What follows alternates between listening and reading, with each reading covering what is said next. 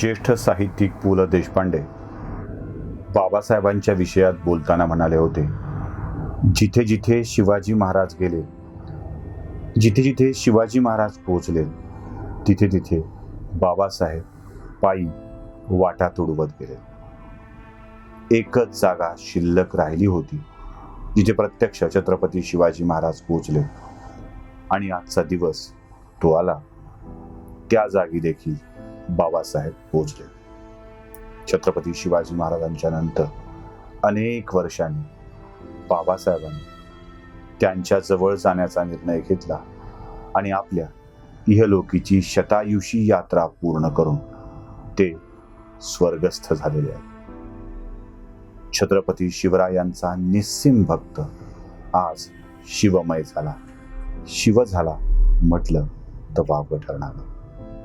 बाबासाहेबांचं या पृथ्वी तलावरून जाणं खरं तर एक महासोहळा आहे. आपल्या आयुष्याची 100 पार करत आणि 100ही वर्ष फक्त छत्रपती शिवरायांचं नाव घेत, आपल्या शिवप्रभूंचं नाव घेत बाबासाहेब आयुष्य जगले. महाराष्ट्रात अनेक लोक झाले, अनेक साहित्यिक झाले, अनेक शाहीर झाले. त्या प्रत्येकांच्या मध्ये एक वैशिष्ट्य होतं. जे लिहायचे ते बोलायचे नाही, जे बोलायचे ते लिहित नव्हते, जे लिहित आणि बोलत दोन्हीही होते ते फिरत नव्हते, संशोधन करत नव्हते. बाबासाहेब या सगळ्यांच्या पैकी होते. ते लिहित होते, ते बोलत होते, ते संशोधक होते, आणि अख्खा मराठी मुलूक सह्याद्रीचा कानाकोपरा बाबासाहेबांनी आपल्या पायांनी तुडवला. प्रत्येक ठिकाणी ते पोचलेत जिथे जिथे त्यांच्या शिवप्रभूंच्या आठवणी. बाबासाहेब आज गेले. बाबासाहेबांच्या जाण्यासोबत एक गोष्ट जाणवते का तुम्हाला? आज कार्तिकी एकादशी. सूर्योदय होण्याआधी, सूर्याची किरणं या पृथ्वी तलावर पडण्याआधी कार्तिकी एकादशीला बाबासाहेबांचं निर्वाण झालं. बाबासाहेब भक्त होते आणि त्यांचा विठ्ठल छत्रपती शिवाजी महाराज. कार्तिकी एकादशीचं निमित्त साधून बाबासाहेब आज आपल्या विठ्ठलाला भेटायला गेले. अहो, विठ्ठलाची भेट होणार, खऱ्या भक्ताची भेट होणार म्हटल्यावर स्वर्गात देखील आनंदाचाच मुहूर्त असेल की. स्वर्गात सडा रांगोळ्या टाकलेल्या असतील आणि प्रत्यक्ष छत्रपती शिवाजी महाराज आपल्या निस्सीम भक्ताला स्वागत करायला स्वर्गाच्या महाद्वारावरती उभे असतील आणि एकच प्रश्न विचारतील, लवकर का रे आलास बाबा? आणि बाबासाहेबांचंही उत्तर तसंच असेल, महाराज शिवप्रभू, आपल्या भेटीची एवढी ओढ लागली होती, खरं तर खूप उशीर झालाय. 100 वर्ष, जन्मल्यापासून 100 वर्ष तुमच्या प्रत्यक्ष भेटीची वाट बघत होतो, आणि आज 100 वर्षांनी हा योग आलाय, आणि प्रभू तुम्ही लवकर का म्हणताय मला? असं म्हणतात की महाराष्ट्रात माणसं मेल्याशिवाय मोठी होत नाही. बाबासाहेब पुरंदरेंच्या बाबतीत देखील असंच झालंय. आजच्या दिवशी, त्यांच्या निर्वाणाच्या दिवशी, या कटू आठवणींना मला काढायचं नाहीये, ना त्याची आठवण करायची आहे, ना त्याची आठवण करून त्यांना नाव ठेवणाऱ्या माणसांना मोठं करायचंय. कारण तो गालावरचा तीट पुन्हा पुन्हा आठवणीत आणून द्यायचा नाही. पण बाबासाहेब पुरंदरेंचं एकूणच योगदान एवढं मोठं आहे, एवढं अप्रतिम आहे की त्याला नाकारताच येत नाही. बाबासाहेब काय नव्हते? बाबासाहेब शिवशाहीर होते. शिवरायांच्या कौतुकाचं गुणगान त्यांनी आपल्या भाषणातून केलेलं आहे. त्यांनी आपल्या लिखाणातून फक्त आणि फक्त शिवप्रभू मांडलेले आहेत. त्यांनी संशोधन इतकं केलंय की त्या संशोधनातून छत्रपती शिवरायांचा नवा इतिहास, खराखुरा इतिहास महाराष्ट्राच्या कानाकोपऱ्यापर्यंत पोहोचला. शिवछत्रपती ग्रंथांचे हजारो प्रती, हजारो नव्हे लाखो प्रती आज महाराष्ट्रातल्या घराघरामध्ये तुम्हाला दिसतील. जाणता राजा, केवढं मोठं महानाट्य ते. या महानाट्याचे निर्माते, जनक, सगळं काही बाबासाहेब. छत्रपती शिवाजी महाराज की जय म्हणताना बेंबीच्या देठापासून जय म्हणणाऱ्या प्रत्येक मराठी तरुणानं बाबासाहेबांचं शिवचरित्र वाचलेलंच असतं. बाबासाहेब शिवचरित्रकार होते, शिवशाहीर होते आणि त्याहीपेक्षा छत्रपती शिवाजी महाराजांचे निस्सीम भक्त होते. शिवकालीन काही सापडलंय म्हटल्यावर वयाच्या 80, 90, 100 वर्षापर्यंत सुद्धा हा अवलिया तात्काळ उठून निघू लागायचा आणि त्यातला शोध घेऊ पाहायचा.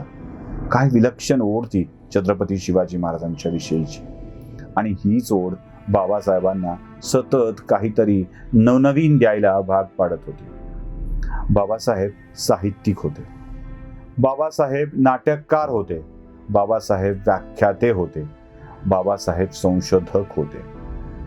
एक ना दोन अशी किती त्यांची उदाहरणं सांगावीत, किती त्यांच्या आयुष्याच्या नवनव्या गोष्टी सांगाव्या. बाबासाहेबांनी स्वातंत्र्य लढ्यात सहभाग घेतला होता हे अनेकांना आठवतही नसेल किंवा ते आठवून घ्यायचं देखील नसेल. दादरा नगर हवेलीच्या भारतात विलिनीकरणाचा जेव्हा मुद्दा निघाला होता ना, तेव्हा आपल्या जीवावर उदार होऊन दादरा नगर हवेलीचा भारताशी कसा संबंध आहे हे सांगून देण्याचं काम बाबासाहेबांनीच केलं होतं हे अनेकांना ठाऊक देखील नसेल. खर तर बाबासाहेब स्वातंत्र्य सैनिक देखील होते. सगळं काही बाबासाहेब होते. मला तुम्हाला बाबासाहेबांच्या काही पुस्तकांची नावं सांगायची आहेत. खूपच छान पुस्तकं बाबासाहेबांनी लिहिलेली आहेत. त्यातल्या त्यात त्यांची साहित्य संपदा जर सांगायची झाली तर पटकन डोळ्यासमोर येतं, आपल्या सगळ्यांच्या समोर येतं ते त्यांच्या एकमेव पुस्तकाचं नाव जे गाजलं, खूप गाजलं, ते म्हणजे छत्रपती शिवरायांचं चरित्र. याशिवाय सावित्री, जाळत्या ठिणग्या, मुजऱ्याचे मानकरी, राजा शिवछत्रपती, शेलारखिंड, पुरंदऱ्यांचा सरकारवाडा, शनिवारवाड्यातील क्षमादान, शिलंगणाचं सोनं, पुरंदरच्या बुरुजावरून कलावंतनीचा सज्जा, महाराजांची राजचिन्हे, पुरंदऱ्यांची नौबत, अशी अस्सल मराठमोळी कितीतरी मोठी ग्रंथसंपदा त्यांच्या बाबासाहेबांच्या लेखणीतून उतरलेली आहे. खांदेरी उंदेरी रणसंग्राम, फुलवंती हे नाटक, राजमाता मातोश्री जिजाबाई यांच्यावरील सुनीताबाई देशपांडे यांनी सादर केलेला एकपात्री प्रयोग, या सगळ्यांचं लेखन, निर्मिती सगळं काही बाबासाहेबांचं होतं. भव्य दिव्य वाटतं ना हे सगळं. एवढी भव्यता बाबासाहेबांच्या व्यक्तिमत्वाची होती आणि हीच भव्यता घेऊन आयुष्यभर महाराष्ट्राच्या सह्याद्री सोबत शिवप्रभूंचा भक्त बनलेला भक्तांचा हा सह्याद्री आयुष्यभर जगत राहिला. कोण काय म्हणताय याकडे दुर्लक्ष केलं. कर्तृत्वच असं असतं की ज्यांनी बाबासाहेबांना नावं ठेवली ना, त्या प्रत्येकाला बाबासाहेबांच्या निधनाचं दुःख झालं आणि ते जाहीरपणे व्यक्त करावं वाटलं. यातच बाबासाहेबांच्या विचाराची, व्यक्तिमत्वाची महत्ता आपल्या लक्षात येऊन जाते. दुःख एवढ्याच गोष्टीचं की बाबासाहेब कळायला, बाबासाहेब समजायला, बाबासाहेबांचं मोठेपण महाराष्ट्राला कळायला बाबासाहेबांना मरावं लागलं हो, वाईट याचं वाटतंय. महाराष्ट्रात माणसं मेल्याशिवाय मोठी होत नाहीत, हीच खरी महाराष्ट्राची खंत आहे. बाबासाहेब, आज तुम्ही आमच्यात नाहीत कसले आहात की हो? प्रत्येक शब्द तुमचा महाराष्ट्रात आहे, प्रत्येक वाक्य तुमचं महाराष्ट्रात आहे.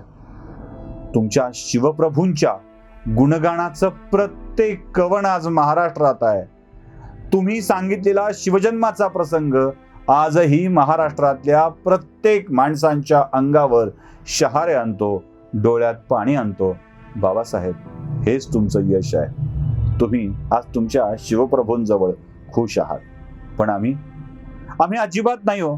तुम्ही शिवप्रभूंच्या जवळ गेल्याचा आनंद आमच्या मनातही आहे, पण तुम्ही नाही याचं दुःख आहे. म्हणूनच आज डोळ्यात 2 थेंब पाणी आहेत आणि ते 2 थेंब पाणी बाबासाहेब गेलेत म्हणून नाही, जाईपर्यंत बाबासाहेब महाराष्ट्राला कळले नाही याविषयीचं दुःख वाटतंय. म्हणूनच हे 2 थेंब पाणी आमच्या डोळ्यात आहे. बाबासाहेब, तुम्हाला महाराष्ट्राच्या वतीनं विनम्र श्रद्धांजली.